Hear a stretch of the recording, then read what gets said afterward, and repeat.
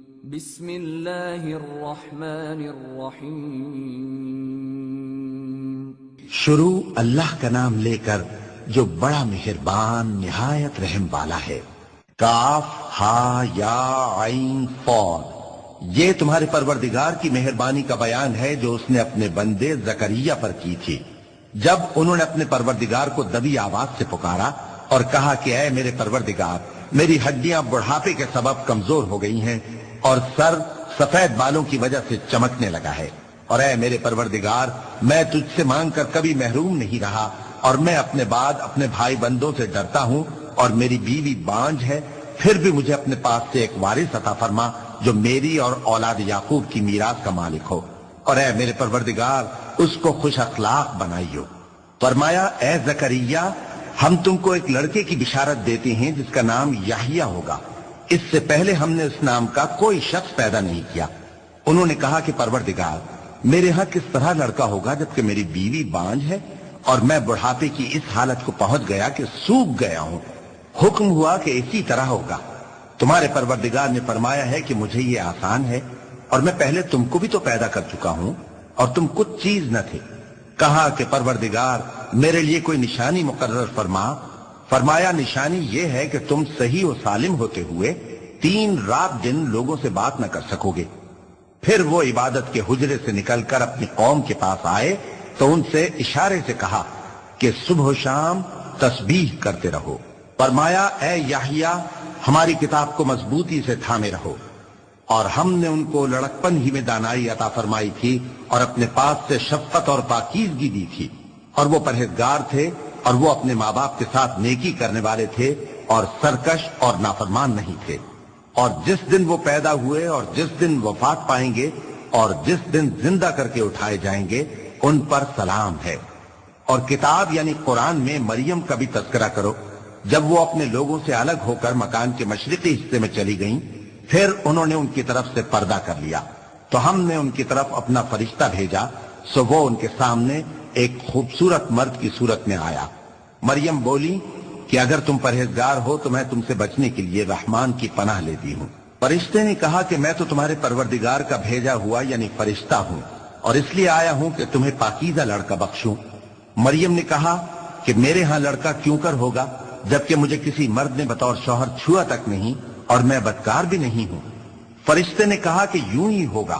تمہارے پروردگار نے فرمایا کہ یہ مجھے آسان ہے اور میں اسے اسی طریق پر پیدا کروں گا تاکہ اس کو ہم لوگوں کے لیے اپنی طرف سے نشانی اور ذریعہ رحمت بنائیں، اور یہ کام مقرر ہو چکا ہے۔ چنانچہ وہ اس بچے کے ساتھ حاملہ ہو گئیں اور اسے لے کر ایک دور جگہ چلی گئیں۔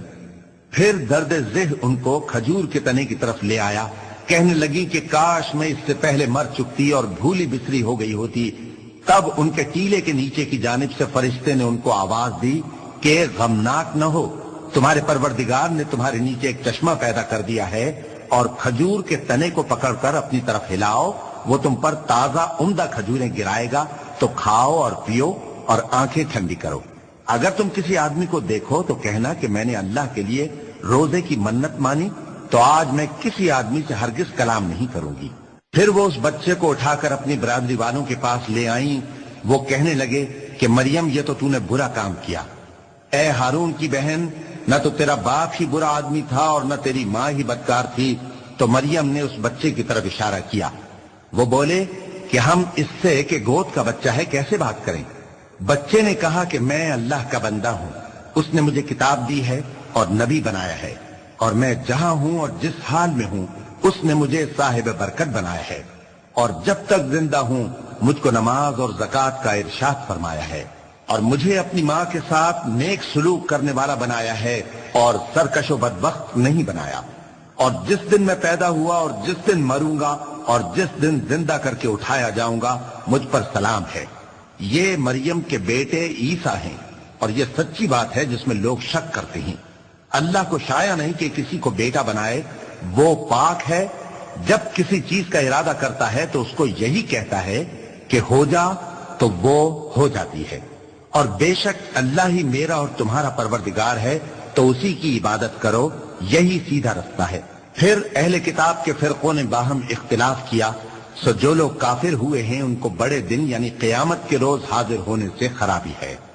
وہ جس دن ہمارے سامنے آئیں گے کیسے سننے والے اور کیسے دیکھنے والے ہوں گے، مگر ظالم آج کھلی گمراہی میں ہیں۔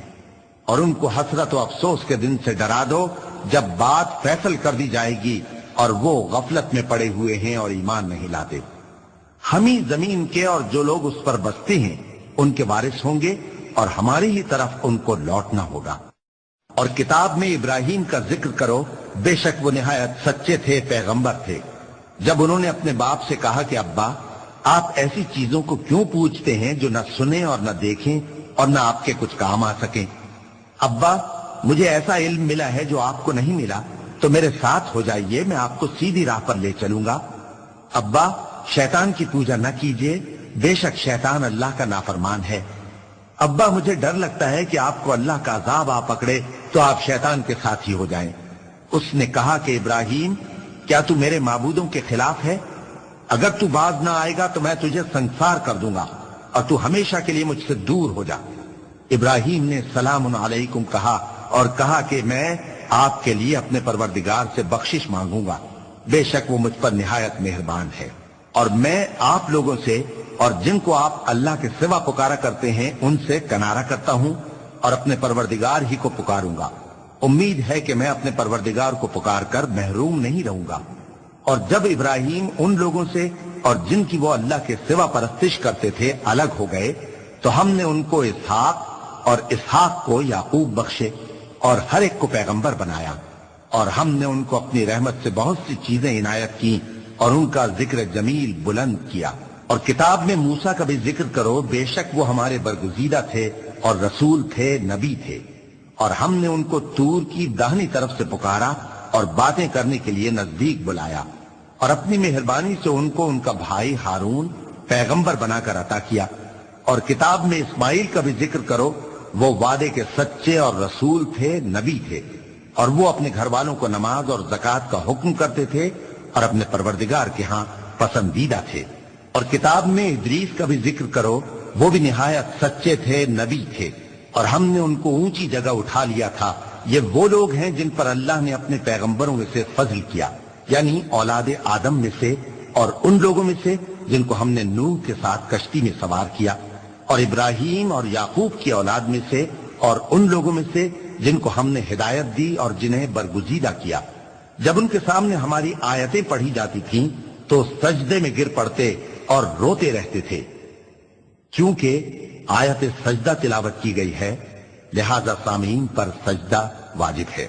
پھر ان کے بعد چند ناخلف ان کے جانشین ہوئے جنہوں نے نماز کو ضائع کر دیا اور خواہشات نفسانی کے پیچھے لگ گئے، سو ان قریب ان کو گمراہی کی سزا ملے گی۔ ہاں جس نے توبہ کی اور ایمان لایا اور عمل نیک کیے تو ایسے لوگ بہشت میں داخل ہوں گے اور ان کا ذرا نقصان نہ کیا جائے گا، یعنی ہمیشہ کی بہشتوں میں جس کا اللہ نے اپنے بندوں سے وعدہ کیا ہے کہ جو ان کی آنکھوں سے پوشیدہ ہے۔ بے شک اس کا وعدہ نیکوکاروں کے سامنے آنے والا ہے، وہ اس میں سلام کے سوا کوئی بیہودہ کلام نہ سنیں گے اور ان کو صبح و شام کھانا ملے گا۔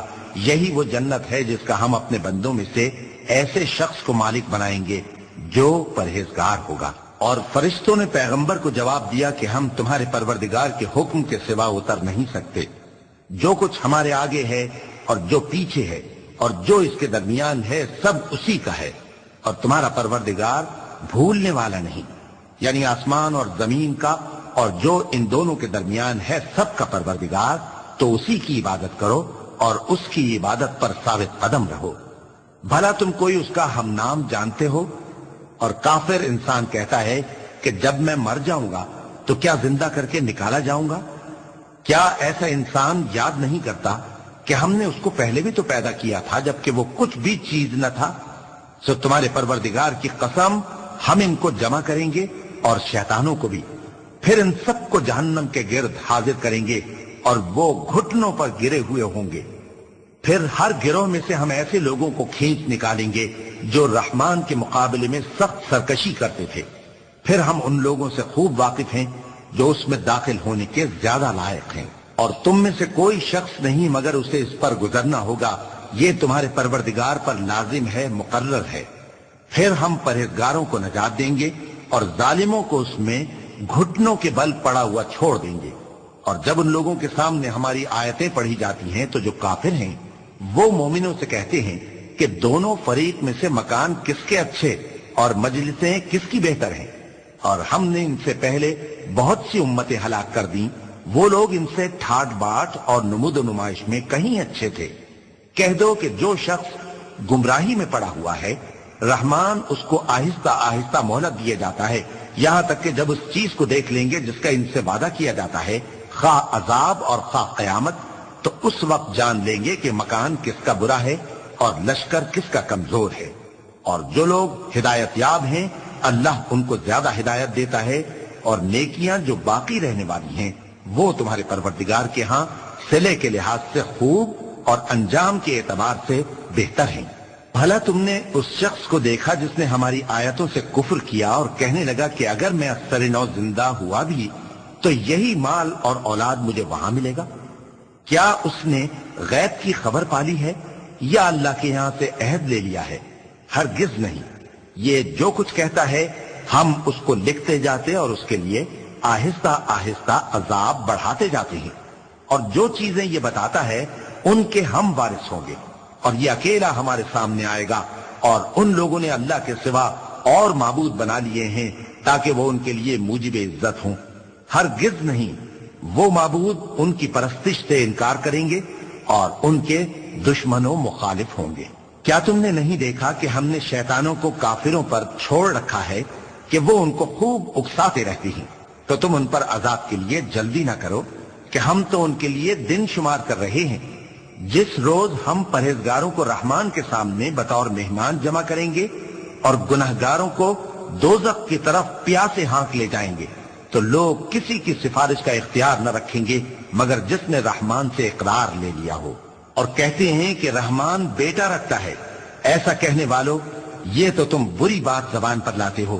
قریب ہے کہ اس جھوٹ سے آسمان پھٹ پڑیں اور زمین شق ہو جائے اور پہاڑ پارا پارا ہو کر گر پڑیں کہ انہوں نے رحمان کے لیے بیٹا تجویز کیا، اور رحمان کو شایع نہیں کہ کسی کو بیٹا بنائے۔ ہر شخص جو آسمانوں اور زمین میں ہے رحمان کے روبرو بطور بندہ ہی آئے گا۔ اس نے ان سب کو اپنے علم سے گھیر رکھا اور ایک ایک کو شمار کر رکھا ہے، اور یہ سب قیامت کے دن اس کے سامنے اکیلے اکیلے حاضر ہوں گے۔ اور جو لوگ ایمان لائے اور عمل نیک کیے رحمان ان کی محبت مخلوقات کے دل میں پیدا کر دے گا۔ اے پیغمبر صلی اللہ علیہ وآلہ وسلم، ہم نے یہ قرآن تمہاری زبان میں آسان بنا کر نازل کیا ہے تاکہ تم اس سے پرہیزگاروں کو خوشخبری پہنچا دو اور جھگڑالوؤں کو ڈر سنا دو، اور ہم نے ان سے پہلے بہت سے گروہوں کو ہلاک کر دیا ہے۔ بھلا تم ان میں سے کسی کو دیکھتے ہو یا کہیں ان کی بھنک سنتے ہو؟ صدق اللہ العظیم۔